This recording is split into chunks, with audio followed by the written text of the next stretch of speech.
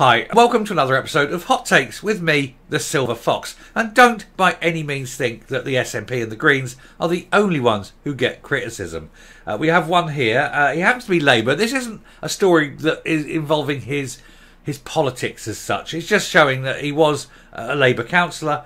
He was a trade union official and things like that. But that actually has no bearing on the story. But what does have a bearing on the story is what he's done, what he looks like and where he is. Which I feel will tell people, show people, so that they can take precautions. Because he's done some things. He represents a bit of a threat, and yet he's out. He hasn't gone to jail. I think he should have done. He somehow managed to avoid it, but he is out on the streets. So it's very wise if women are aware of him and take precautions. So here's the story. But it just goes to show that all political parties have their dirty little secrets, and this one's a particularly sad and seedy little secret. But anyway, here goes. So, top Scots union official with a fetish for ladies' underwear dodges jail after sexually assaulting a woman. Former councillor Gerry Crawley sexually assaulted a 37-year-old woman, and here, of course, is a picture of him, and he is a bit of a creepy Crawley. With his little fag in his mouth. Yeah, cool like them ladies. But it's not just that. He doesn't just have the fetish. It's what he was doing and what he was wearing when he did this. So, a trade union boss who was convicted of a series of sexual assaults on a woman dodged a jail sentence today. And I think it shouldn't have dodged it. It should have gone to jail. It would have taught him an abject lesson and sent a message. Anyway, a court heard that Unison regional organiser Gerry Crawley was wearing a dress and French knickers when he performed a sex act in front of the shocked woman. Now, of course, this is Unison. The people going into hospitals, and they're bad enough, and I have a story about that coming up today. But, if he's doing this in front of, dressed as he is with women, I mean, you've got to ask, why is nobody checking these people before giving them positions of authority? He squeezed the same woman's bottom as they chatted with football fans in a packed bar ahead of the Scottish Cup final. Married Crawley, 60, or soon to be ex-married, I suspect, whose union duties involved representing police and fire service workers, was found guilty of sexually assaulting the woman on various occasions between January 2016 and July 2018.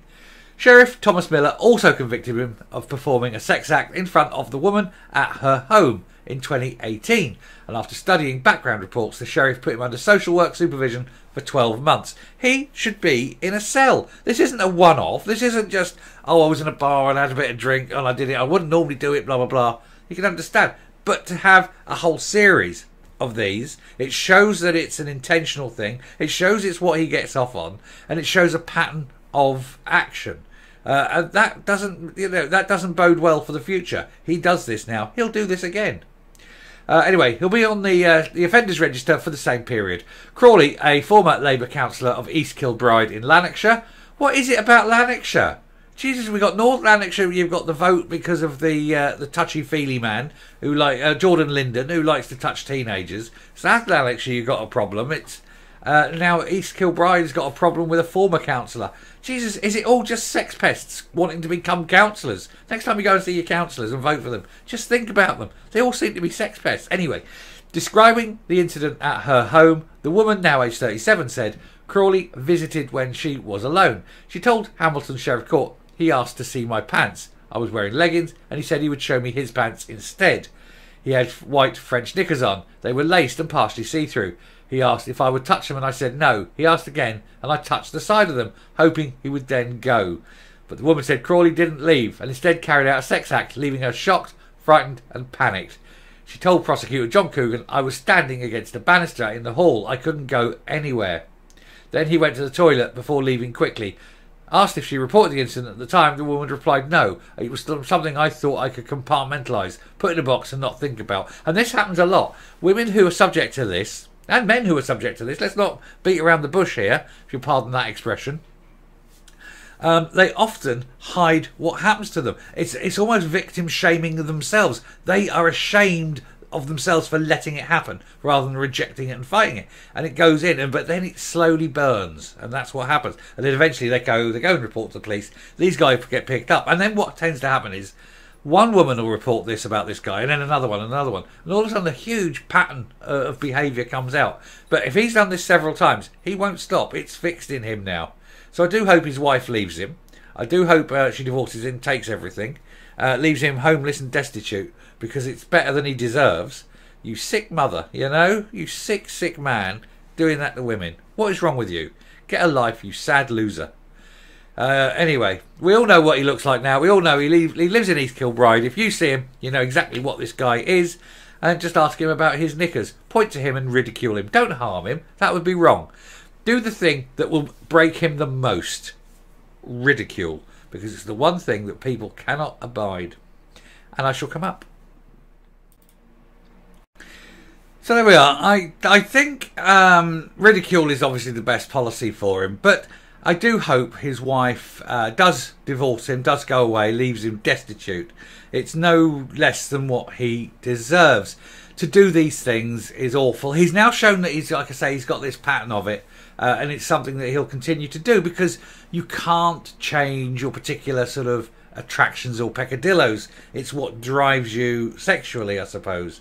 And if this is what he gets off on, then that's what he gets off on, and it'll happen again and again. That pattern of behaviour will emerge, and that is why I think he should have done a jail sentence, spent some time in a jail cell, you know, contemplating where his life went wrong.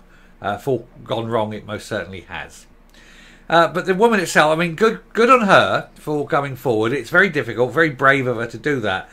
She will have compartmentalised that, as she said, but then it's going to be sitting there burning away. She eventually has had the gumption, I suppose, the strength of character to get up, go to the police, complain, make an issue of it, give her evidence, and then go to court and do that evidence in court as well, under sort of public scrutiny. It's a very brave thing to do. It's a very brave thing to admit. And so, well done to her.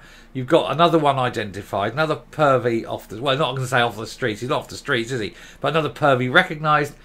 He can be shown up for what he is, and he can be dealt with, hopefully. But, yeah, I mean, there it is. So I shall end there. Thank you very much for watching. If you like what you see and hear on the channel, please hit that subscribe button, ring the bell, leave a like, leave a comment, please share the video, but mainly leave the like. They're the ones that count. And until next time, stay safe, stay well away from ex-councillors in East Kilbride, and goodbye.